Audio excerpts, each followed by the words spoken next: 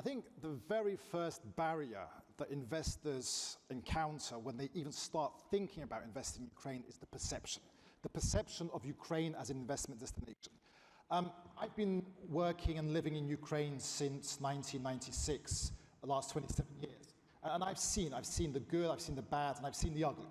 So if we start with the latter, I started my career on television, and what ended up with the TV channels in Ukraine, they were all taken up by the oligarchs. Many of them loss-making, but the oligarchs controlled them to control the hearts and minds of the electorate. Then I spent 7 years at the largest mobile operator, which is now Vodafone. It's good to see colleagues from Vodafone here today.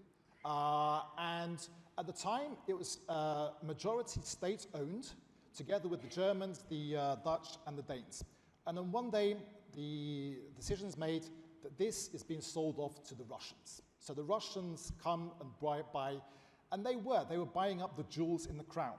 And Russia and the Kremlin, they have wanted to corrupt Ukraine. It's the way they've done business, and they want to see a corrupt Ukraine to continue.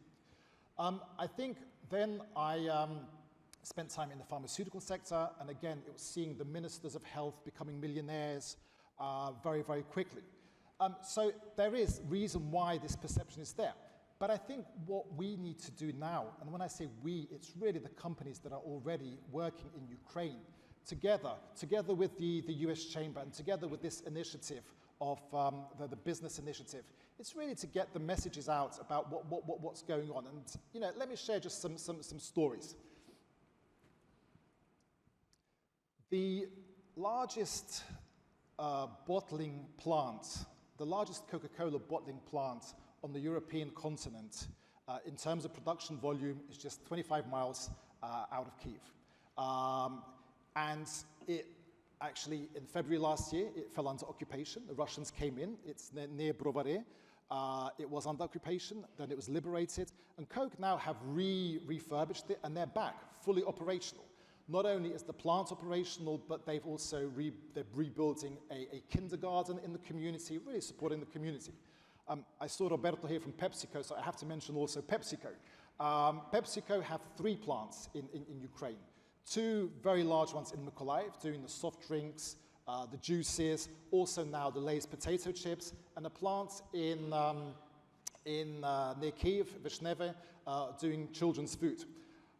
When you go home, or tomorrow morning when you're having your cup of coffee, the Nespresso coffee machine, when you've had a cup of coffee, have a look upside down, turn upside down, have a look where it's made. It's made in the plant, a US company, big US company, Jabil, made in Uzhhorod. 8 trucks leaving the plant every day. The factory is 1 mile from the border of the EU, and it continues to produce. We have here the ABCDs, ADM, Bunge, Cargill, Dreyfus, the large agricultural exporters that are continuing, have been in Ukraine for many years, and are continuing this grain corridor.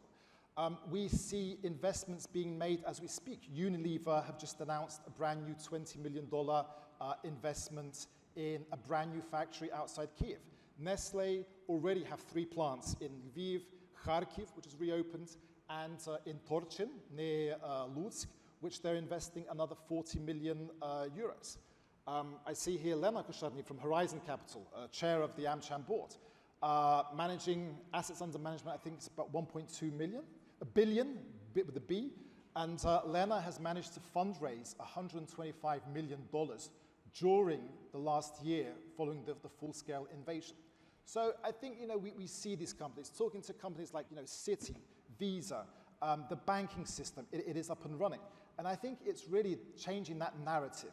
And the message is we really need to change that perception, because there is still a lot we do, and we are kept busy. We are the largest AmCham in Europe. We have a full-time staff of 40 people. Nearly 33 of them are back in Kyiv now, so we're supporting the members, the companies, many of you that are there. We spoke with Uber today. They've just expanded up to 18 cities across Ukraine. So I think it's really this narrative, and it's very important for the companies that are there to be the ambassadors. And our message is to the companies that aren't in Ukraine today. It's invest. Firstly, Ukraine is open for business. come to Ukraine, invest in Ukraine, and start investing now. I think don't leave it too late. Don't miss the bus, because the reconstruction has already started. We are seeing many of these plants that are being reconstructed, and don't miss this opportunity. Come to Ukraine and come now.